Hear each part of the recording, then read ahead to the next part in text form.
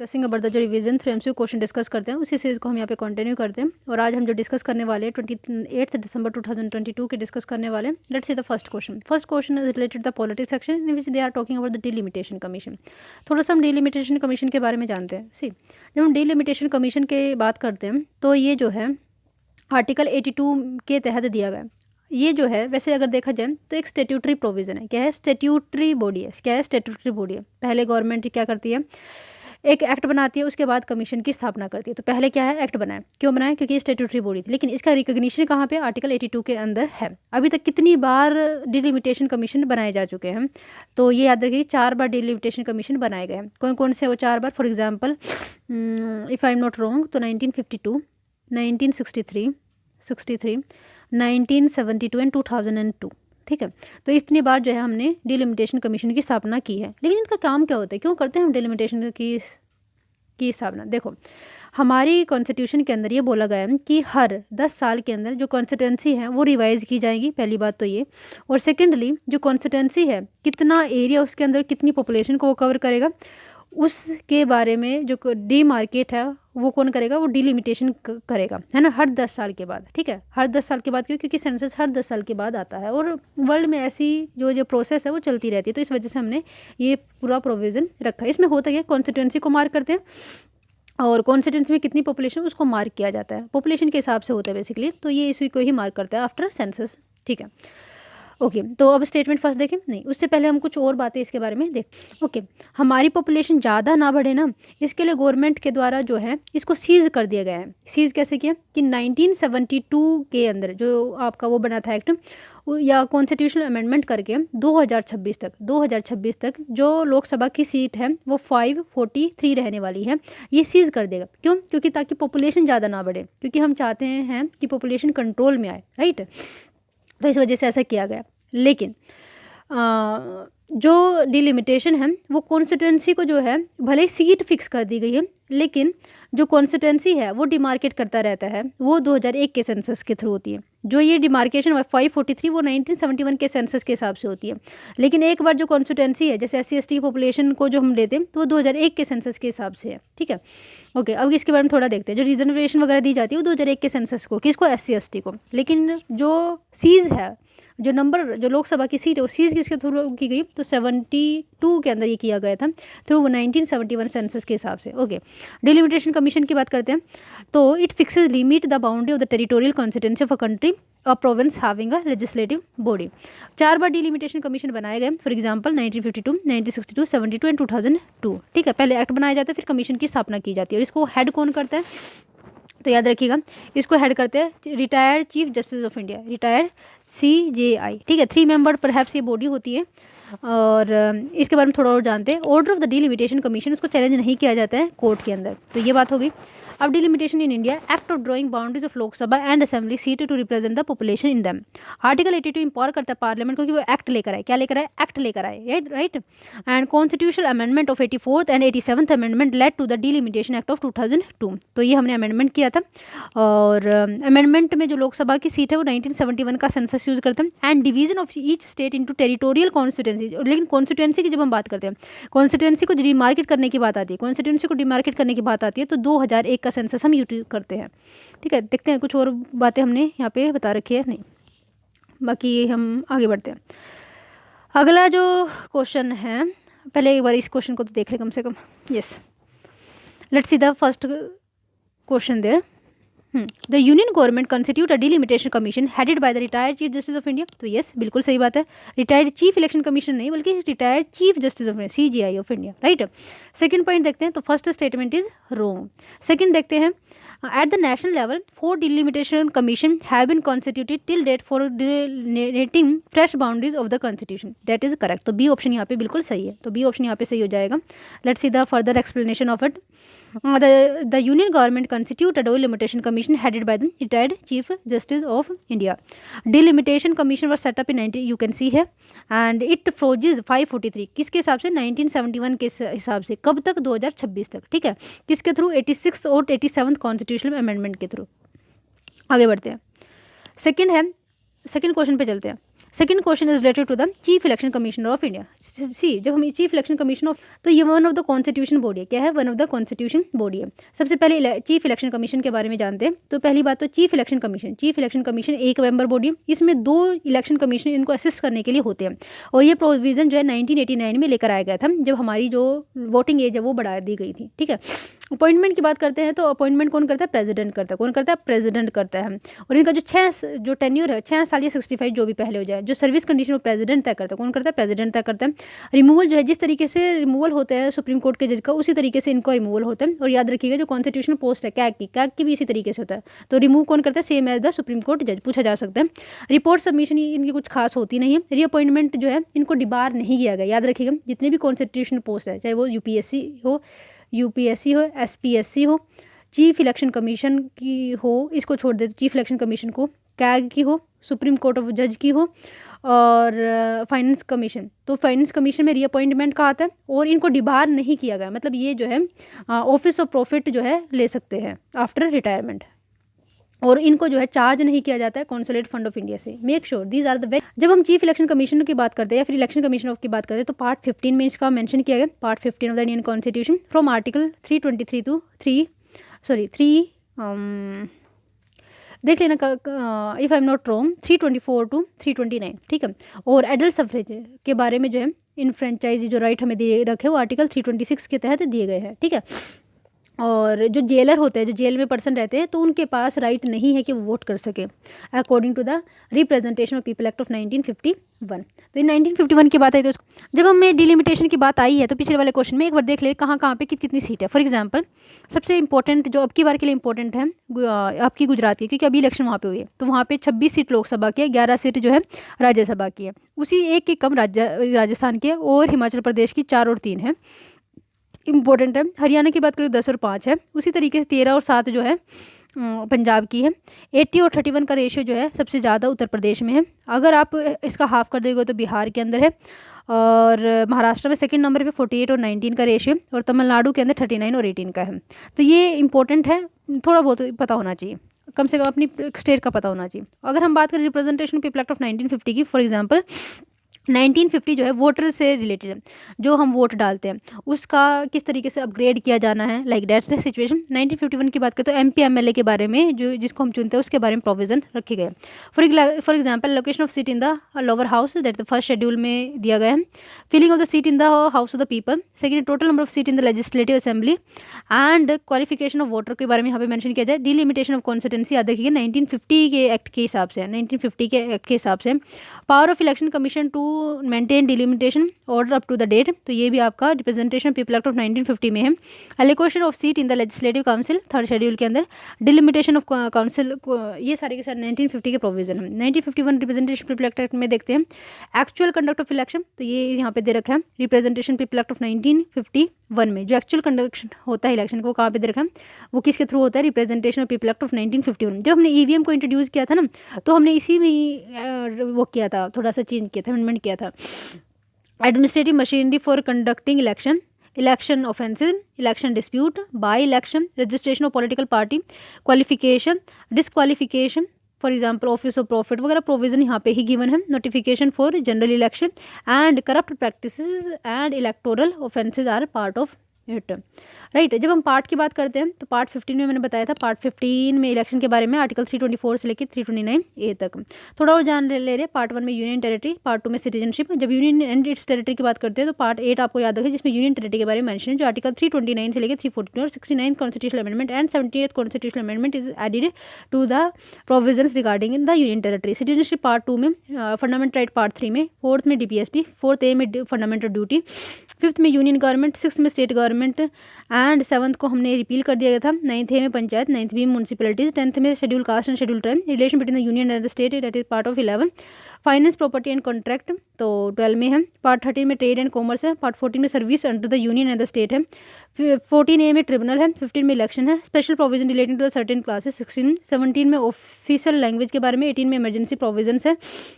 Article 352 से लेकर 360 and 19 में मिसलेनियस है। Amendment to the constitution given in article 368 और temporary provision and special provision given in 369 से लेकर 392 to and commencement and authority of the text in Hindi and its repletion given in the 393 to 395 important है। Make sure सबसे ज़्यादा अगर मैं इसमें part देखें ना तो मेरे हिसाब से part 11, 12, 13 relation between the union and the state is given in the part 11। Part 12 में finance, property and contract and the financial relation between the state and the union territory and centre. Article 264 से लेकर 300A तक है। Trade and commerce 310 से लेकर 307। ये दो जो पार्ट है बहुत ज़्यादा इंपॉर्टेंट है, बहुत बार पूछे जाते हैं, ठीक है। अगले को चलो क्वेश्चन पढ़ते हैं। In the performance of the function of election commission of India is insulted from executive. Yes, बिल्कुल सही बात है। जब भी कंडक्ट करते हैं चीफ इलेक्शन कमीशन इलेक्शन को तो किसके थ्रू करते हैं, तो याद रखिएगा कॉन्स्टिट्यूंसी को जो हेड करता है वो आरओ होता है, रिटर्निंग ऑफिसर, है ना। और उसके ही जो है जो आरओ होता है ना, उसी को ही हमें नॉमिनेशन पेपर दिखाना था। मान लो अगर मैं इलेक्शन लड़ना चाहती हूँ तो किसको दूंगी अपना नॉमिनेशन पेपर, आरओ को, क्योंकि ये सबसे, और इसको अपॉइंट कौन करता है, chief election commission, right. The decision of the ECI can be challenge only the supreme court of India by appropriate petition. नहीं, सुप्रीम कोर्ट के साथ साथ हम हाई कोर्ट भी कर सकते हैं, क्योंकि हाई कोर्ट के अंदर पार्लियामेंट से रिलेटेड जो मैटर है वो ज़्यादा जा सकता है, और जो इलेक्शन से संबंधित मैटर वो हाई कोर्ट में ज़्यादा जाते हैं, राइट। तो यहाँ पे सिर्फ ए सही है। Chief election commission constituted under article 324। बाकी इसके बारे में थोड़ा बता दिया, आगे बढ़ते हैं। अगला क्वेश्चन है NGT C and CPCB। CPCB जो है, चलो मैं थोड़ा सा यहाँ पे बताती हूँ, थोड़ा सा बताएंगे। NGT की जब हम बात करते हैं और CPCB की बात करते हैं, NGT जो है अपना एक स्टैट्यूटरी प्रोविजन है जो 2010 के एक्ट के हिसाब से है। CPCB जो है इसकी जो स्थापना 1974 वोटर एक्ट के उससे हुई है। किससे हुई है, वोटर एक्ट। लेकिन जो ये अपनी फंक्शन है वोटर एक्ट के साथ साथ एयर एक्ट जो 1981 का, उससे भी ये अपनी पावर लेते हैं। ये जो है ministry of environment, forest and climate change के अंडर में आता है। जब हम NGT की बात करें 2010 में ही बनाया गया। उस वक्त जो है 11th 5 ईयर प्लान चल रहा था, ये भी आप याद रखिएगा। और ये जो है इन्वायरमेंट से रिलेटेड मैटर है वो देखते हैं। उसी के साथ जो है ministry of law and justice के अंडर में ही आता है। ये वेरी इंपॉर्टेंट है, ministry of law and justice. और ये जो है प्रोविजंस जो होते हैं wild life protection act of 1972 और फॉरेस्ट एक्ट ऑफ 1927 से जो संबंधित केस है वो ये नहीं लेते हैं, मतलब उसके बारे में ये डील नहीं करते हैं। इतना याद रखोगे, आगे बढ़ते हैं। आप इसको खुद पढ़िएगा, मैं सिर्फ इसका आंसर बता दूंगी। Let's see NGT has been established by the act where CPCB has been created by an executive. तो ये गलत है, क्योंकि इसका भी एक एक्ट है, किसके, voter act. NGT produce environmental justice and help reduce the burden of the litigation. Yes, बिल्कुल सही बात है, इन्वायरमेंटल जस्टिस प्रोवाइड करता है और लिटिगेशन को कम करने में हेल्प करता है। लेकिन CPCB प्रमोट करता है cleanliness of the streams, aims to improve the quality of air in the country. That is correct. तो बी ऑप्शन यहाँ पे सही हो जाएगा। ऑलरेडी क्वेश्चन पूछा जा चुका है, इसकी एक्सप्लेनेशन आप खुद देख लीजिएगा। आगे बढ़ते हैं। अगला क्वेश्चन है द फेमस 11 डे लॉन्ग धनु यात्रा जो पर्व है वो कहाँ पे मनाया जाता है, और ये ओपन एयर थिएटर है, और ये वन ऑफ द लार्जेस्ट है पूरे वर्ल्ड के अंदर। तो याद रखिए उड़ीसा का है ये पर्व, है ना। और एक देखो कर्नाटक की बात करें तो कंबाला रेस यहाँ पे होती है। उत्तर प्रदेश की बात करोगे तो यहाँ पे ब्रिज भाषा, ब्रिज वाला एरिया जो है, और ब्रिज जो गीत है, संगीत है, उसको ये बढ़ावा देते हैं। लावनी नृत्य कहाँ का है, महाराष्ट्र का, ठीक है। धनु यात्रा कहाँ का, उड़ीसा का। और कौन सा पर्व होता है, नौखाई भी आपको यहीं पे ही देखने को मिलेगा। और पुरी के दौरान जो यात्रा होती है वो भी यहाँ पे होती है ना। धनु यात्रा जो है वर्ल्ड ओपन एयर थिएटर है, और ये वेस्टर्न उड़ीसा के अंदर होता है। और इसमें होता क्या है, देखो ये जो है इसका जो थीम होती है वो महाभारत होती है। महाभारत में भी क्या होती है कि जो वासुदेव है, देवकी के साथ जब शादी होती है, और देवकी के साथ शादी कब हुई थी, जब वासुदेव मतलब जो कृष्ण भगवान हैं उनके द्वारा जो इसके भाई को, उग्रसेन था जो देवकी का भाई, उसको मतलब हराया था। उसके बाद इनसे विवाह किया था, राइट। तो इसके पूरी कहानी यहाँ पे बताई जाती है। आगे बढ़ते हैं। He was the 10th guru of a spiritual master, warrior poet and philosopher. तो आपको बताना है ही कोडिफाइड सिख लो, याद रखिएगा। एंड ही गिव द 5 तत्व। तो 5 तत्व का जैसे कृपाण रखना है आपको, कच्छा आपको पहनना है, और जो आपके बाल है वो बड़े होने चाहिए। ये सारे के सारे जो रूल्स है वो किसके द्वारा बताए, इन्हीं पर्सनैलिटी के द्वारा। Wrote marital poetry and music and reputed of the Sikh worker called the Dasam Granth. मतलब ये कौन है, तो ये गुरु गोविंद सिंह के बारे में बात करें। जब हम गुरु गोविंद सिंह के बारे में बात करते हैं तो इनका जब 1966 में कहाँ पे होता है, पटना के अंदर, बिहार के अंदर। और ये जो है इनकी जब 9 साल की उम्र थी जब ये वो बन गए थे, हाँ मतलब गद्दी पे बैठे थे, और ये 10वें गुरु थे और ये लास्ट गुरु थे। इनके द्वारा गुरु ग्रंथ साहिब की रचना की गई थी। याद रखोगे, आपको गए इसमें। आगे बढ़े, आपको गए इसमें। Let's see the next question. National governance service limited information utility appointed by the insolvency and bankruptcy board of India, that is correct. It hold repository of legal evidence, ये सही बात है, ये रिपोजिटरी रख जितने भी लीगल एविडेंस होते हैं डेट या फिर डेट के क्लेम के, तो यस बिल्कुल सही बात है। आगे बढ़ते हैं, अगले क्वेश्चन में हम चलेंगे। तो just a second, 7th question, if I am not wrong, the fair and remunerative price of sugar cane is approved by, तो बताइए भाई किसके थ्रू अप्रूव किया जाता है। तो याद रखिएगा that is nothing but cabinet commission of economic affair. बताता कौन है, तो cabinet commission for agriculture cost and price, and इसको अनुमति कौन देता है, फाइनली अप्रूव कौन करता है, तो cabinet commission on economic affair, right. CACP मतलब commission for agriculture cost and price recommend the fair and remunerative price based on inter crop price parity. आपको ये बताना है कि किस एक्ट के अंदर, किस पॉलिसी के अंदर चाहे, और ये किस एक्ट के थ्रू जो है MSP डिक्लेयर किया जाता है। वैसे पॉलिसी ही है लेकिन किससे ये प्रेरित है, ओके ये आप मुझे बताएंगे। आगे बढ़ते हैं, इनमें से बताइए भाई कौन इकोनॉमिक क्रिटिक्स में है। Dadabhai Naoroji, G Subramania Iyer and R C, तीनों की तीनों पर्सनालिटी कहीं ना क्रिटिक्स से जुड़े हैं। फॉर एग्जांपल जब हम दादा भाई नौरोजी की बात करते हैं तो इनके द्वारा बुक लिखी गई थी poverty and un British rule in India, कब 1901 के अंदर, और ये जो है क्रिटिक ही थे। और उनका सबसे इंपॉर्टेंट कॉन्ट्रीब्यूशन यही है कि इनके द्वारा बताया गया था कि जो पर पर्सन एनम की कमाई होती है, मतलब पूरे साल में एक पर्सन की कितनी कमाई होती है, वो ₹20 होती है। और ब्रेन ड्रेन का कंसेप्ट भी इनके द्वारा दिया गया था। और जो स्टेजेस है वो पालमे दत्त के द्वारा दी गई थी, है ना। और RC दत्त एंड जी सुब्रमण्यम में अय्यर का नाम द हिंदू से भी जुड़ा हो, इसलिए आप ये इसको याद रखें। तीनों पर्सनैलिटी कहीं ना कहीं ड्रेन से जुड़े हुए हैं, मतलब जो आपके इकोनॉमिक्स से जुड़े हुए पर्सनैलिटी। आगे बढ़ते हैं, let's see the next question. RBI reserve bank of India reduce the statutory liquidity by, मतलब ये है कि जब हम SLR को रिड्यूस करते हैं तो क्या होता है, जब हमने SLR को रिड्यूस करते हैं तो लैंडिंग कैपेसिटी होती है जो बैंक की बढ़ जाती है, बोरोइंग जो है वो जो बिजनेस वगैरह वो ज़्यादा करते हैं, इकोनॉमिक एक्टिविटी हमारी कंट्री में होती है, और जो मल्टीप्लायर इफेक्ट है वो ज़्यादा बढ़ जाता है। तो ये SLR का प्रोविजन है। आगे बढ़ते हैं, with reference to socialist party consider the following statement. जब हम सोशलिस्ट पार्टी की बात करते हैं, पहले याद रखिएगा जो सोशलिस्ट पार्टी है उसकी जो स्थापना है वो 1936 के अंदर की गई थी, लेकिन इससे पहले जो है 1929 के अंदर बिहार में स्थापना हो चुकी होती। कर्ता कौन है, तो याद रख आपको, सॉरी 1934 है, 1934 है। कर्ता कौन है, JP नारायण जैसे दिग्गज नेता यहाँ पे जुड़े हुए। इसके बारे में थोड़ा जानते हैं। यू कैन सी है the Congress socialist party was a socialist calculus with the Indian national, मतलब इंडियन नेशनल कांग्रेस के अंडर में ये बनाई गई थी। इसका देखो मेन एम ये था कि जो मतलब ये था कि जो यूथ है कम्युनिस्ट पार्टी की तरफ अग्रसर हो रहे हैं वो ना हो पाए, है ना। कुछ एक ऐसी आइडियोलॉजी रखी जाए सामने तो जो सोशलिस्ट हो, फर्स्ट थिंग। सेकेंड थिंग, और बिल्कुल ही कम्युनिस्ट की तरीके से ना हो, मतलब यहाँ पे एक मिडिल पाथ निकालने की जो हमारे उस वक्त के लीडर है जैसे JP नारायण वगैरह उनके द्वारा कोशिश की गई थी। ठीक है, यहाँ पे जो जनरल सेक्रेटरी JP नारायण बने थे और प्रेसिडेंट पूछे जाए तो आचार्य नरेंद्र देव बने थे। ओके, और इसी के तर्ज पे बिहार के अंदर सोशलिस्ट पार्टी की स्थापना होती कब होती है, इससे पहले हो चुकी होती है 1931 में। और जब हम JP नारायण की बात करते हैं तो इसका जो संबंध है वो इनको लोक नायक के नाम से भी जानते हैं। और जो डेमोक्रेसी के लिए जो वो हुआ था ना, विरोध वगैरह हो रहा था जब इमरजेंसी लगी थी, तो उनमें इंपॉर्टेंट कंट्रीब्यूटर ये JP नारायण ही हुआ करते थे, और इनको भारत रत्न भी दिया जा चुका है। और ये समर्थन में थे कंप्लीट रेवोल्यूशन, ठीक है, फ्रॉम गांधी मूवमेंट इन 1942 की इंडिया मूवमेंट के टाइम पे ये सामने आए थे, मतलब एक अच्छे लीडर के तौर पर उभरे थे। उसी तरीके से इनके द्वारा दो बुक लिखी गई है। For example the prison diary and towards freedom, 2 important book इनके द्वारा लिखी गई। एक पार्टी की स्थापना की गई है कांग्रेस सोशलिस्ट पार्टी, और communist party of India toward the Congress influence by the feminism के आइडिया को ये जो है प्रमोट करते थे। और जो मार्क्सिज्म लेनिनिज्म की जो विचारधारा थी, कुछ पॉइंट यहाँ पे ऐड करते थे, कुछ इनकी हटा देते थे, लेकिन इनमें जो इंपॉर्टेंट था अहिंसा नॉन वायलेंट पे फोकस दिया जाता था। इनकी जो स्थापना होती है 1934 में होती है। कौन कौन इनके पार्ट थे, JP नारायण, राम मनोहर लोहिया, आचार्य नरेंद्र देव, ये जो है प्रेसिडेंट बनते हैं, JP नारायण सेक्रेटरी बनते हैं, जनरल सेक्रेटरी। फाउंड्री की गई 1934 में और रिजोल्व कर दी जा चुकी है 1948 में, और पॉलिटिकल पोजीशन लेफ्ट ही थे।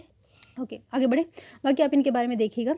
और आज हम कुछ और पॉइंट यहाँ पे डिस्कस करें। अच्छा, अगर आपसे पूछा जाए ना कि कैस्पियन सी को कौन कौन सी कंट्री टच करती है, तो याद रखिए इसको आपको एक तारीख, एक वर्ड है उससे आपको याद रखना है। ये जो है मैं एक हफ्ता पूरा का पूरा लेकर आऊँगी कि ये किस तरीके से कौन कौन सी कंट्री किस किस को टच करती है। क्वेश्चन जो UPSC में बहुत ज़्यादा प्रेवलेंट है, अब पूछे जाते हैं। तारीख से आप याद रखें कहाँ पे, कैस्पियन सी। जब हम कैस्पियन सी की बात देखो आपको एक कोड याद रखना है। सबसे पहली बात तो ये हमारी कंट्री इंडिया होगी, है ना। अगर आप इस डायरेक्शन में जाओगे तो फॉर एग्जांपल ये आपकी मेडिटेरियन सी है, फिर ब्लैक सी और फिर कैस्पियन सी है, तो क्या हो गया Mediterranean, black sea and Caspian sea, MBC आपको करके याद रखना है, ठीक है। इसकी शेप आप देख सकते हैं, यू कैन सी हियर। और इसको कौन कौन सी कंट्री टच करती है, फॉर एग्जांपल ये हो गया आपकी Caspian sea, for example Kazakhstan, first country is Kazakhstan, second country is Turkmenistan and number third country is Turkey, number fourth country is Azerbaijan जिसकी कैपिटल बाकू होती है, और उसके बाद है आपकी you can see here Iran, Kazakhstan, Russia, Azerbaijan, Turkmenistan. Kazakhstan you can see है, Turkmenistan you can see here, Russia कुछ पार्ट है, और ईरान है और काजाकिस्तान है। इस तरीके से आपको याद रखना है, ठीक है। किसका, कैस्पियन का क्या कोड है, तारिक। बाल्टिक सी की जब बात करते हैं तो आपको कोड याद रखना है, rude Germany, cell Poland and Finland, ठीक है। RU से रशिया, DE से डेनमार्क, जर्मनी तो जर्मनी, अच्छा रूड जर्मनी ही है, S for Sweden, E for Estonia, L for Latvia and Lithuania, Poland and Finland. तो ये सारी कंट्री जो है बाल्टिक सी को टच करती है। I again repeat, rude Germany, cell Poland and Finland, ठीक है। RU से है रशिया, DE से है डेनमार्क, जर्मनी होता है, S से जो है स्वीडन है, E से एस्टोनिया है, L for Latvia and for Lithuania, Poland and Finland. Aral sea की बात करें तो KU या UK से याद रखिएगा, Uzbekistan and Kazakhstan. Aral sea UK से है, Uzbekistan and Kazakhstan. Sea of जो UR से याद रखना है, यूक्रेन एंड रशिया, इंपॉर्टेंट है बहुत ही ज़्यादा। बाल्टिक सी का मैं आपको बता चुकी कोड, आगे बढ़ते हैं। उसी तरीके से कैस्पियन सी तारीख है, तुर्कमेनिस्तान, अजरबैजान, R से Russia, I for Iran and K for Kazakhstan. Black sea की बात करोगे तो गरबट, MBC आपको बताएं, MBC। M का मतलब मेडिटेरियन, B का मतलब ब्लैक सी, और C का मतलब कैस्पियन सी। ब्लैक सी है गरबट का G जॉर्जिया, U से यूक्रेन, R से Russia, R for Romania, U से Bulgaria and T for Turkey, ठीक है, बरगट। रेड सी से डेसी आपको याद रखना है, और Djibouti, Eritrea, Saudi Arabia, Sudan, Egypt and Yemen, okay. तो रेड सी को कौन कौन टच करता है, जिबूती, डेसी आपको याद रखना है, D for Djibouti, E for Eritrea, S for Saudi Arabia and S for Sudan, E for Egypt and Y for Yemen. आगे बढ़ते हैं। G7 में कौन कौन पार्ट है, for example you can see है France, Germany, Italy, Canada, Japan, UK and USA। G8 का कौन कौन पार्ट, अगर रशिया आप ऐड कर दो। G20 में कौन है, यू कैन सी है the country there. Let's see the next point. Baltic sea की कंट्री कौन कौन सी है, फॉर एग्जांपल मैंने आपको बताया था, rude Germany, cell Poland and Finland, Russia, Denmark, Germany, Sweden, Estonia, Latvia, Lithuania, Poland and Finland, you can see here. आगे बढ़ते हैं। मोब इज क्यूट, जो Asia mob, I don't know what is it.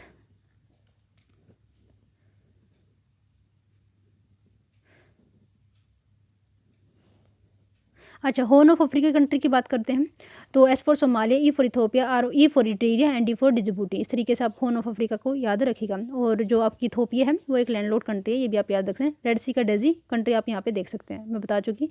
D for Djibouti, E for, आगे बढ़ते हैं। For example Adriatic sea, you can see here, MBICS से याद रख सकते हैं, MBAICS। I for Italy, S for Slovenia, C for Croatia, M for Montenegro and B for Bosnia and A for Albania. अब हम बात करने जा रहे हैं जो सबसे इम्पोर्टेंट है, मेडिटेरियन को कौन कौन टच करता है, कौन कौन सी कंट्री, उसका जो लिस्ट है मैं आपको बता दे रही हूँ। कोड यहाँ बता दी, कल मैं कंट्री गिनवा दूँ। आइलैंड नेशन में कौन कौन से है, साइमा से याद रखना, सिप्रस एंड माल्टा, ठीक है। कंट्री की बात करते हैं, एशियन में लिस्ट है, लिस्ट मतलब पॉपुलेशन लिस्ट।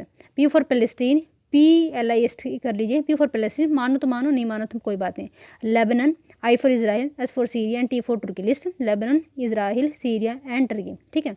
आगे बढ़ते हैं। अफ्रीकन कंट्री की बात करें तो metal, M for Morocco, E for Egypt, T for Tunisia, A for Algeria and L for Libya. तो आपको अफ्रीकन कंट्री से याद रखिए। यूरोपियन की बात करें तो fascism, Bos growing fascism, mute make happiness. तो बोस का मतलब Bosnia, G for Greece, F for France, A for Albania, S for Spain, C for Croatia, I for Italy, S for Slovenia, M for Moldova, है ना, और M for he जो है Monaco है। M make का मतलब मोन्टियार्गो and happiness में H आ रहा है तो हर्जीगोनिया। तो ये सारी की सारी इंपॉर्टेंट कंट्रीज़ हैं जो मेडिटेरियन को टच करती है, आपको पता होना चाहिए। Thank you so much for listening us.